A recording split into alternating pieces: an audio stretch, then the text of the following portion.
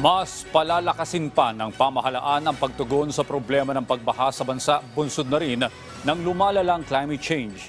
Ayon kay Pangulong Ferdinand R. Marcos Jr., plano ng pamahalaan na magtayo ng mga infrastruktura na hindi lamang pang flood control kundi magagamit pa sa ibang bagay.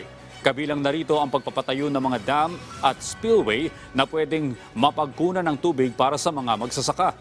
Dagdag pa niya rito ay ang pagtatayo ng impounding pools na pag-iimbakan ng tubig na gagamitin sa panahon ng kakailanganin nito.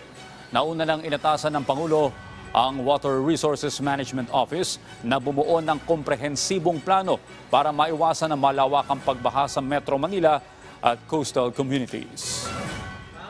Kailangan natin tignan na mabuti kung ano yung magiging weather. Kahit kasama din dyan, hindi lamang sa flood control, nagbago na, hindi lang yung paglagay ng dike, hindi lang yung paglagay ng dam, kung hindi, pati na ang pagbantay ng mabuti sa panahon.